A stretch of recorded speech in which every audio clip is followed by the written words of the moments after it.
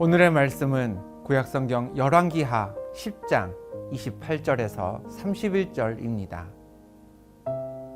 예후가 이와 같이 이스라엘 중에서 바알을 멸하였으나 이스라엘에게 범죄하게 한 느밧의 아들 여로보암의 죄, 곧 베델과 단에 있는 금송아지를 섬기는 죄에서는 떠나지 아니하였더라.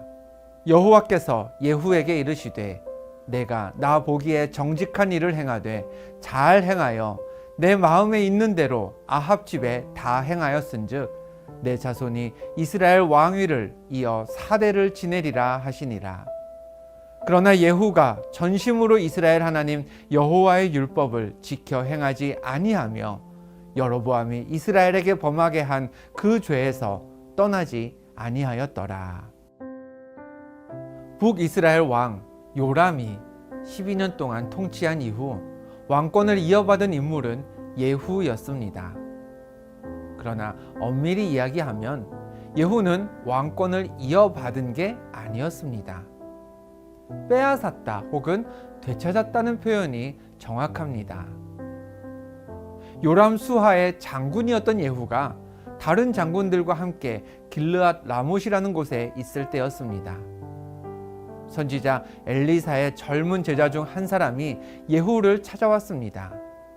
그는 스승 엘리사의 지시대로 예후가 왕이 될 것을 알린 후에 예후에게 기름을 부었습니다. 그런데 기름을 붓던 엘리사의 제자는 예후에게 이런 이야기를 덧붙였습니다.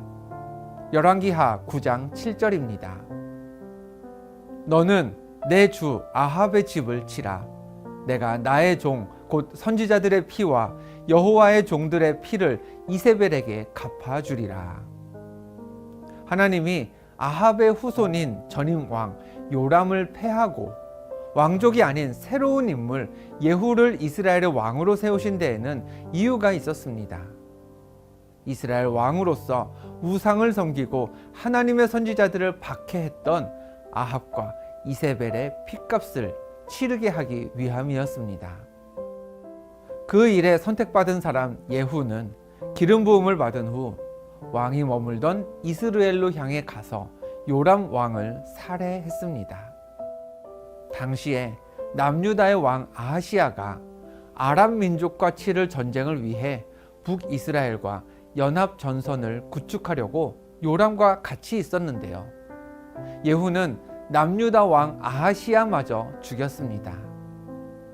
그 다음 예후는 하나님의 명령대로 오래전부터 우상을 아끼고 하나님을 멀리했던 이세벨의 목숨도 빼앗았습니다. 이게 끝이 아니었습니다. 예후는 사마리아에 있던 아합의 아들 70명을 모두 죽였고 바로 얼마 전 살해했던 남유다 왕 아하시야의 형제 42명도 죽게 했습니다. 마지막으로 예후는 바알을 섬기던 선지자들도 처단했습니다. 바알을 섬기는 큰 모임을 연다고 거짓 공고를 낸 후에 예후는 바알 선지자들을 한자리에 모아두고 그들을 몰살시켰습니다. 선지자들을 죽인 후에는 바알 신당의 목상들을 불살랐고 바알의 신당까지 헐어서 그곳을 화장실로 만들었습니다. 이처럼 예후는 악한 자, 하나님을 멀리하고 우상을 섬겼던 자들을 철저하게 처단하고 심판했던 인물입니다. 하나님은 그런 예후를 이렇게 칭찬하셨습니다. 본문 30절입니다.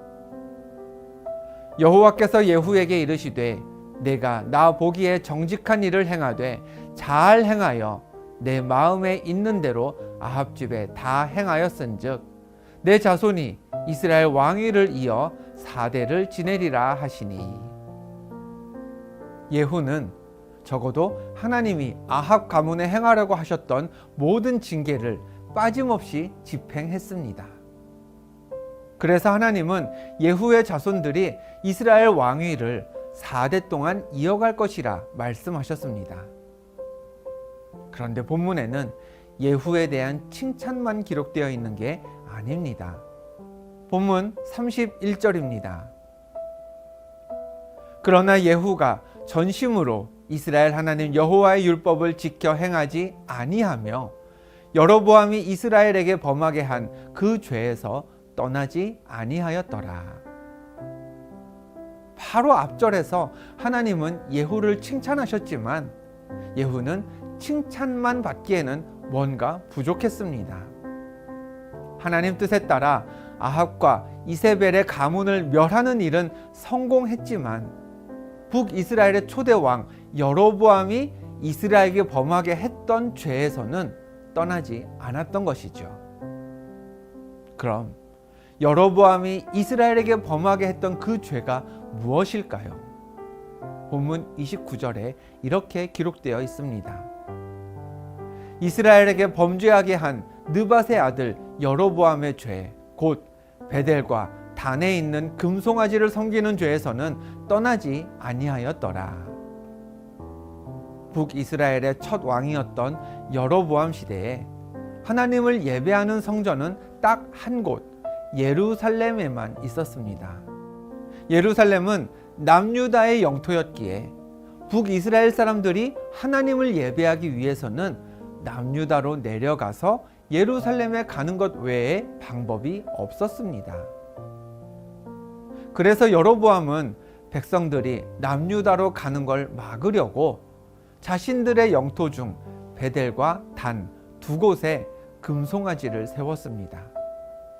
그러면서 베델과 단에서 하나님을 예배해도 된다고 백성들을 설득시켰습니다. 하나님의 뜻, 하나님의 계획과는 상관없이 왕으로서 자신의 힘을 견고히 세우기 위해 예배 장소, 예배 방법을 자기 마음대로 정했던 것이죠. 예후의 생각도 여로보암과 똑같았습니다. 베델과 단의 금송아지를 예배하는 건 하나님을 향한 바른 예배가 아님을 알고 있었지만 백성들로 하여금 베델과 단에서 예배하도록 두는 게 자신의 정치 체제를 공고히 하는 방법이라 여겼습니다. 그래서 바알을 섬기던 선지자들과 신전들은 모두 없앴으면서 베델과 단의 금송아지는 헐어버리지 않았던 것이죠. 선지자 엘리사의 제자에게 기름 부음을 받은 후에 아합 가문에 징벌을 가하려는 하나님의 뜻을 90%는 이루어냈지만 베델과 단에 있는 제단을 남겨둔 탓에 하나님의 모든 계획을 다 이루지는 못했던 겁니다. 그런 예후의 행동을 오늘 본문은 이렇게 표현했습니다. 그러나 예후가 전심으로 이스라엘 하나님 여호와의 율법을 지켜 행하지 아니하며, 예후는 하나님의 법을 대체로 다 지켜 행했습니다. 명령받은 대로 거의 다 따랐습니다. 그러나 전부 모든 것을 지키지는 않았습니다. 전심으로 하나님의 말씀을 지켜 따르지 못했습니다. 하나님을 향한 열심을 품고 바알 숭배를 근절시켰지만 그건 어디까지나 옛 정권의 잘못을 드러내야, 그래야 자기에게 이익이 되기 때문이었습니다. 자신의 이익을 위협한다고 판단되는 일에는 하나님 뜻이 아니라 자기 의지대로 행동했죠.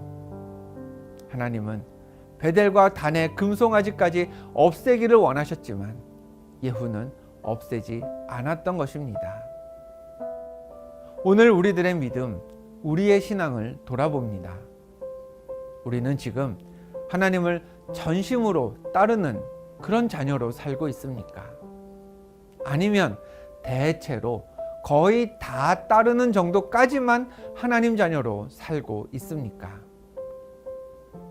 말씀대로 행하는 삶의 결과와 여파에 상관없이 하나님 말씀대로 내가 살겠다 결단하셨습니까?